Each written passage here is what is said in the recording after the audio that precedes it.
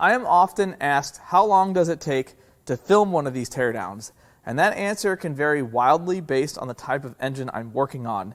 Some engines which are easy, there's not a lot of parts to them, or something I've torn down a whole bunch, lots of experience with, they can be pretty quick, 2.5, maybe 3 hours. On engines that I've never worked on before and I have to do a bunch of research as I go, or maybe it's something that has a lot of parts to it, or something that's locked up and rusty and I have to get my loader to break the crank pulley bolt loose, I can have 8 or 9 hours of film time in something like that. And no, I don't change my clothes halfway through the teardown. It's usually the next day.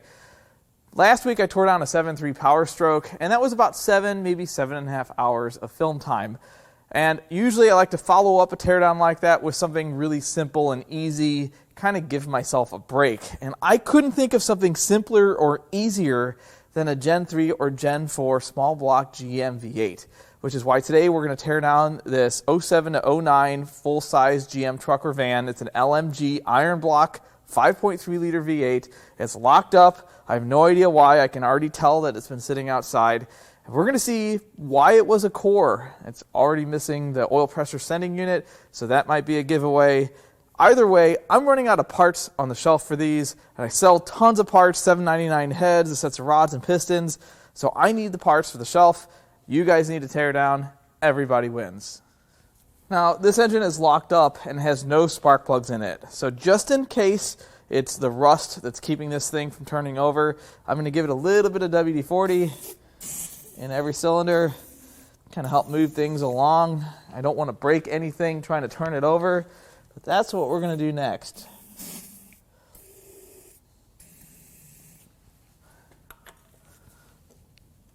Oh, it moves. Well, that's not a normal sound. Okay.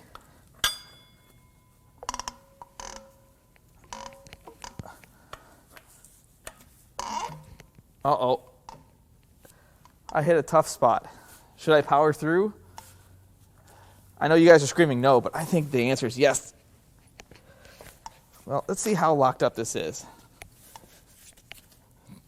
This looks safe. Okay, so that's locked up. Well, there's definitely a spot. Maybe it's just rust. It's probably not rust. Now let's knock this right valve cover off and see what the valve train looks like. Well, I don't see anything too terrible yet. One thing I like to look at is the height of the valve springs, because if I've got all of them at the same level and one is higher, that can sometimes mean that it has deleted a valve seat, but I don't think that's the case on this side. I also don't see any metal bits in the bottom here. It's just varnished. It's not too bad. Let's go to the other side. Well, I don't really see that any issues here yet. There's no signs of metal.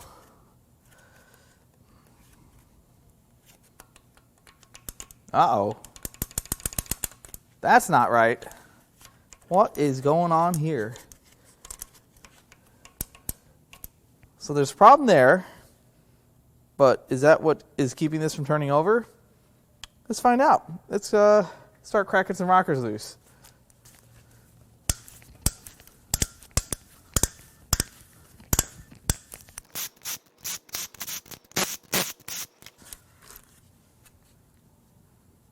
All right, let's check some push rods.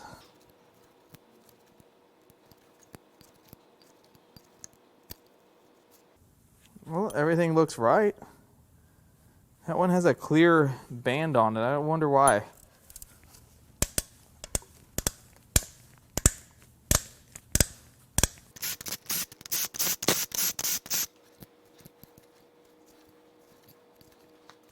Well, there's some rust in there. And there's a bad push rod. I'll show you that, guys, in a minute. We'll use that good push rod as a comparison. So this might be the best I can do here. So you see how shiny the end of that push rod is? It's kind of a mirror finish. Same with the socket of that actual rocker. It's like a mirror finish. But then you go to the next one, and it's more of a machined finish, like a brushed look. And that means that this push rod in this rocker had an oiling problem. I don't know if it was maybe a clogged push rod or some other issue, and that creates the wear on the end of that push rod, and that is a good sign that this engine has some oiling problems. The next thing I'm going to remove is the valley cover, this is called a VLOM on the DOD and AFM engines. And we're going to get this out of the way, and maybe we'll be able to see something else wrong with this engine.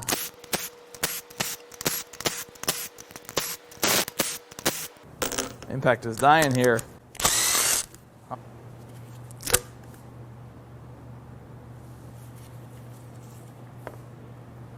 Yeah, this part looks pretty good.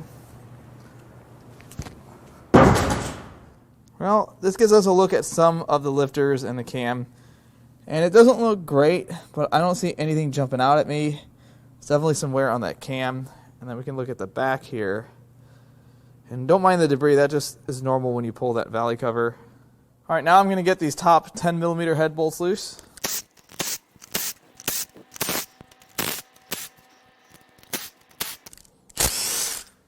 Time to crack the head bolts loose. That wasn't tight. Are none of these tight?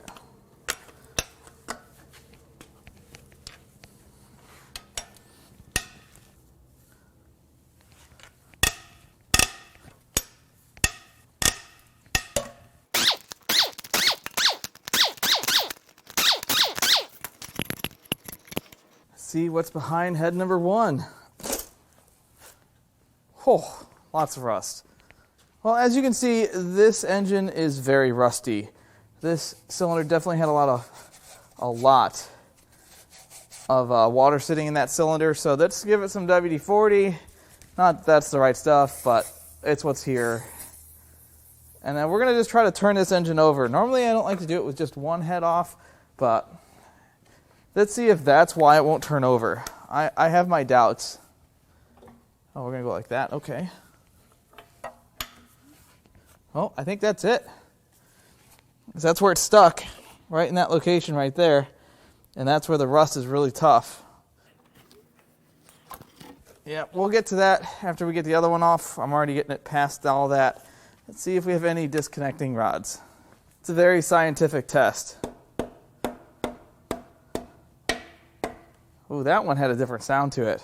Could also be that that's at the bottom of the bore where it's the loosest. So these combustion chambers look okay. Nothing's jumping out at me, but that one is pretty rough. Lots of water sat in there for a long period of time. And again, that one is normal. So this one must have had the valves open and it was stored outside. But no malice in the combustion palace yet. All right, let's crack these head bolts loose. See if these are tight.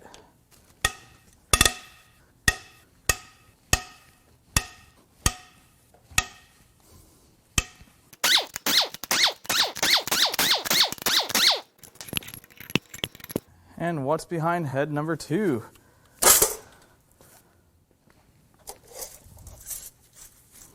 Lots of rust. I think these are all connected though.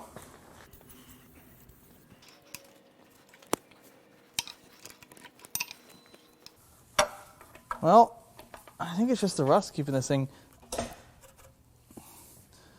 Yeah, it's definitely at the right spot. All right, this is the one that's keeping it from rotating over.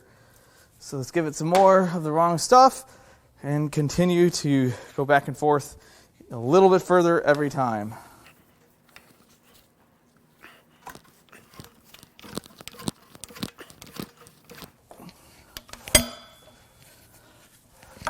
Look at that. Now it's going all the way over. So now that this turns over, just make sure all these pistons go to the top of the bore. All right, that bank does. Let's do the other bank.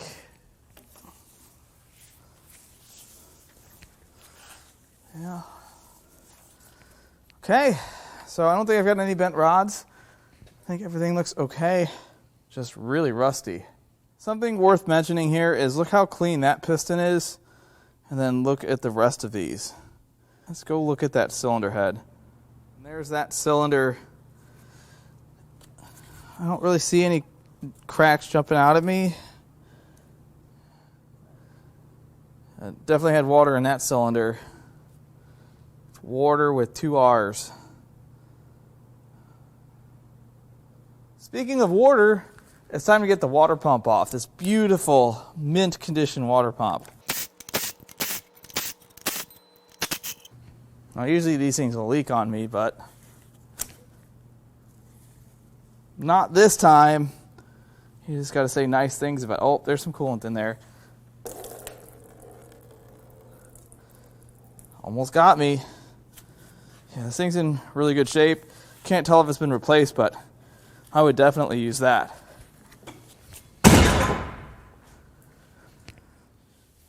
The next thing we're going to do is remove the crank pulley. So let's get this bolt out. All right, next I'm going to get my puller set up. Now the puller came with this long rod, which has been very well used, but it just so happens that it is the same size as a push rod out of the same engine. I think that was on purpose. I know we've been back and forth about that. So we're going to use a push rod instead. We've had mixed results. So let's see how this works. Maybe we'll get lucky this time. Don't tell me this is a bad idea. I already know it is. It's going to be okay.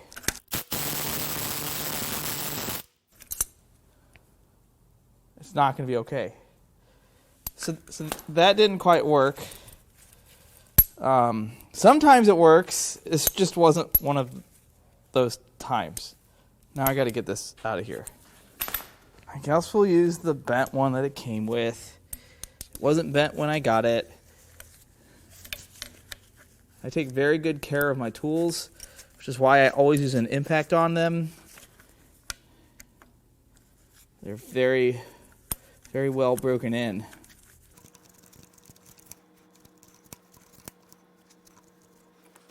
Okay, now I think this is going to work. Yeah, that one was just a little bit stronger. That's just another way I test push rods, that's all. Now the reason I knew this was an 07 to 09 engine is it does not have VVT. In 2010 these engines got VVT. There's a big bump here with another sensor.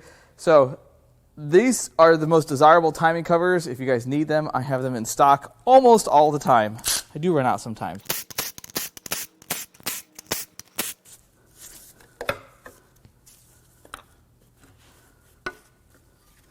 Well, that's really clean. It's not clean at all, but oh my gosh, the timing chain tensioner is in one piece. That has never happened. We'll get to this in a minute. I think it's time to pull the lifters.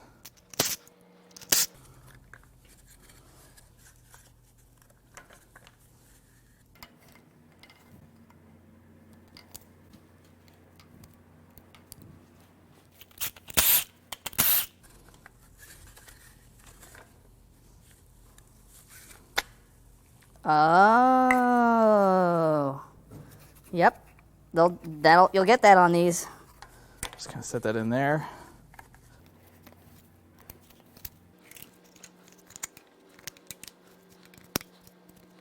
Now here is the passenger bank, and these lifters look okay. They're not perfect, but all the rollers seem to be in pretty decent shape. There's no grooves worn in them, like there's some excess drag. None of them have rotated, wiped out any of the rollers, which I have seen happen. I've seen these rollers come apart on a lot of different engines. They get stuck in the lifter bore, trash the lifter bore, trash the cam. Most people end up putting a motor in at that point. But this was a good old-fashioned AFM or DOD lifter failure right here, which explains why the one piston and combustion chamber were clean, because it was not able to open the valves. So it was just spraying fuel and cleaning the cylinder. And then this one is loose. So this is my shocked face. Huh. A DOD lifter failure. No way. Now, I'm going to be a little sad if this is why this engine was a core, because this was completely a repairable situation. I didn't see any other damage yet. We still haven't pulled the rest of this apart. But if that was it, what a waste. Now it's time to pull the cam.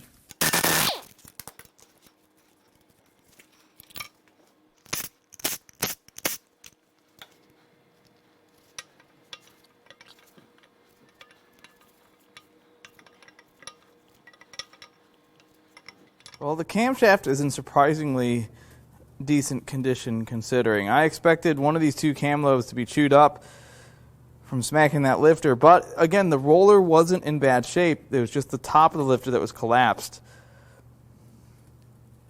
Now, this cam doesn't really have any value being from a DOD engine, but it is a good indicator of the condition of the cam bearings, which is important and does somewhat determine the value of the short block.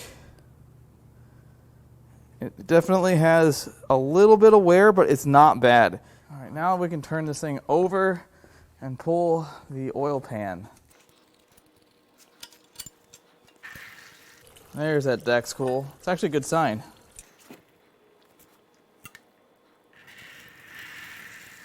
Now, I'm not sure what we're going to find, but someone has clearly had this oil pan off because there's only a few bolts holding it on.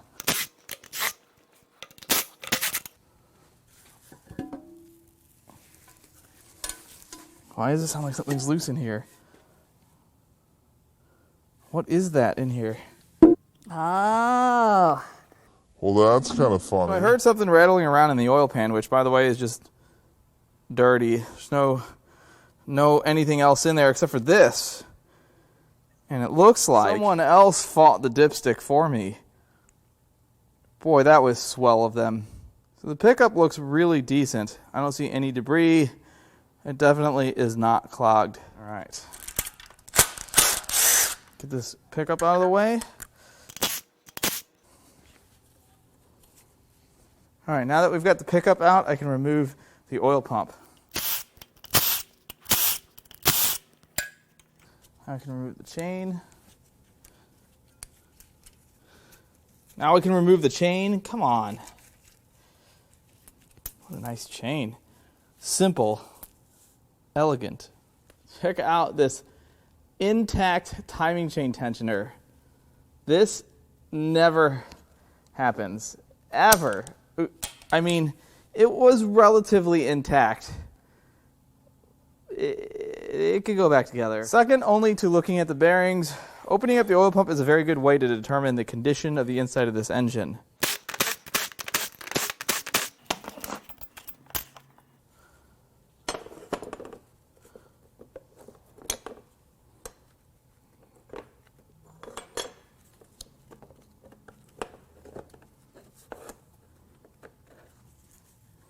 Well, it doesn't look terrible. Can I give this a little clean up here? There's one or two little grooves in the outside of that. The housing has some grooves as well, but it's not bad. We've seen much worse on the channel. Yeah, the side of the rotor definitely has seen something go through there. Yeah, specifically on that side. Here's a better look at some of the wear on the side of that rotor. And the side of that pump gear. Next up, the windage tray.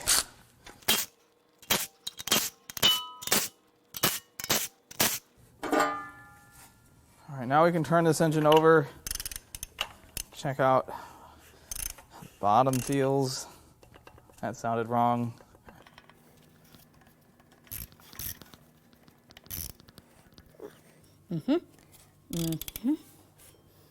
I see.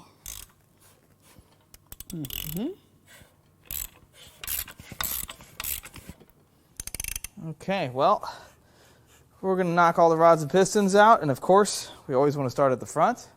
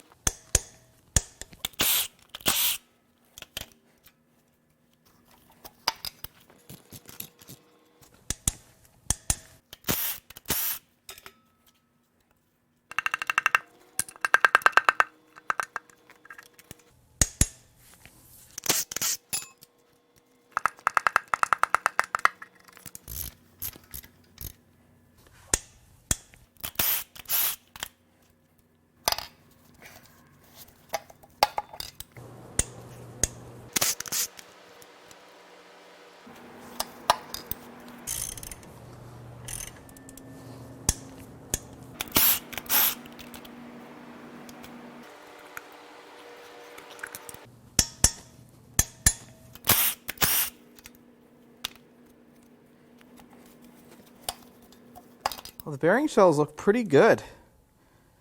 I'd say that this here is probably the worst one. But the rest of these, it doesn't look like a whole lot of stuff went through them. I don't think it was knocking. I think it made decent oil pressure, at least enough to keep these bearings in pretty good shape. Now the rods and pistons are really dirty. They have some wear on the skirt, some scratches, but they're not nearly as bad as we've seen. We've seen them with much worse wear. And I know they're going to take a lot of cleaning. We're going to have to fight to get these rings loose on some of these, especially the cylinders that had water sitting in them. But I do sell a lot of these sets of rods and pistons. A lot. So much so that I'm almost always out of them. It's like as soon as I get a set, they're gone. And I think the main reason is that these are an upgrade for the Gen 3 rods, which have semi-floating rods or wrist pins and weaker rods. I mean, they're still strong. But these are the favored ones. Flat tops with no dish and no valve release. Now, I would like to know why these have a plus on them. Does anybody know why some of these flat top pistons have a plus on them? Is it from that old GM Goodwrench Plus? Does that mean the plus is better? The crank journals look pretty good. There's a little bit of wear on some of them. That one's way out of focus. Hold on, guys. Here's a better view. You can see a little bit of wear. It probably could polish out. I don't think this needs to be turned. I think anytime you see bearing damage, you probably should turn the crank or at least have it checked. But this doesn't look bad enough for that. We didn't see any major bearing damage. Definitely should be checked by machine shop, but I don't see anything glaring. Now, just because the rod bearings were in good shape doesn't mean that the mains are perfect. Now, normally on one of these engine teardowns I do on the channel, I take the crank out and we look at all of the main bearings. However, these LS short blocks or LS architecture short blocks, I usually keep them complete. Usually I leave the rods and pistons in unless there's any kind of rust or bore damage, because most people go overbore anyway. They don't need the rods and pistons, or they have their own setup, and I sell them with a block and crank. But I still want to check the main bearings. So we'll pull a couple main caps, pull the first one and maybe the fourth one, and see what those look like.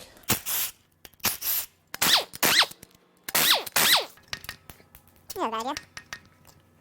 So obviously we can't check out the top bearing shell, but we can look at the journal and we can look at the bottom shell. And that's actually in really good shape. Smudge from my finger on there, but that's in really nice shape. I'm glad I checked that. All right, let's get number 4 out of here.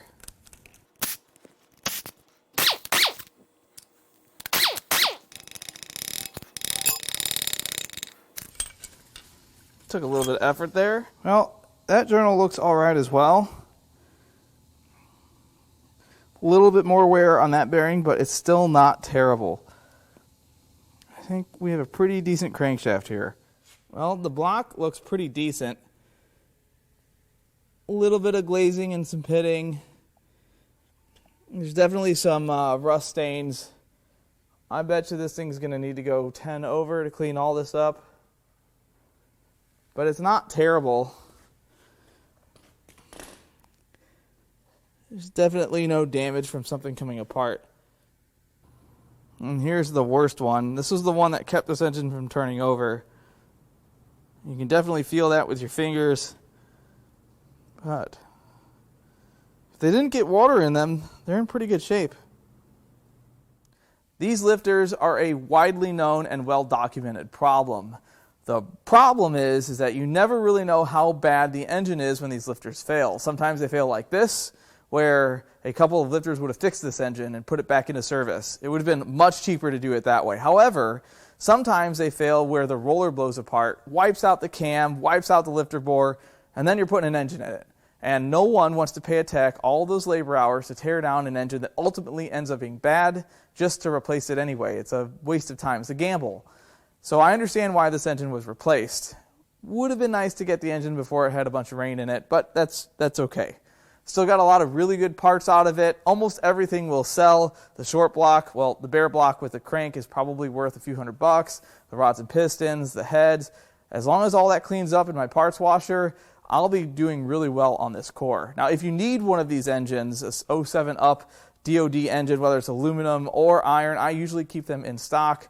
I also have plenty of parts for all of these GM trucks from 99 all the way up to 13 or 14. So if you need anything, I'm going to leave our email in the video description. Now, another thing I get asked is, how can I avoid this happening to me?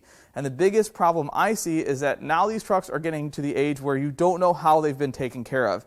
You might be the most religious oil changing person in the universe every Sunday. However, the person before you or the 3 people before them, maybe they went 11,000 miles every oil change. So my best advice is to check your vehicle out before you buy it. And if you start noticing any issues, stop driving it immediately. The sooner you stay on top of one of these problems, the less damage will occur. I really hope you enjoyed this teardown. If you'd like to buy parts off of this engine or anything else I've torn down, you can go to importapart.com. If you don't see what you're looking for, you can fill out our part request form, which sends us an email of exactly what you're looking for. Or if you want to buy Miata parts, I always have Miata parts. As always, I love all the comments, all the feedback, and even the criticism. I love it all, and I'll catch you on the next one.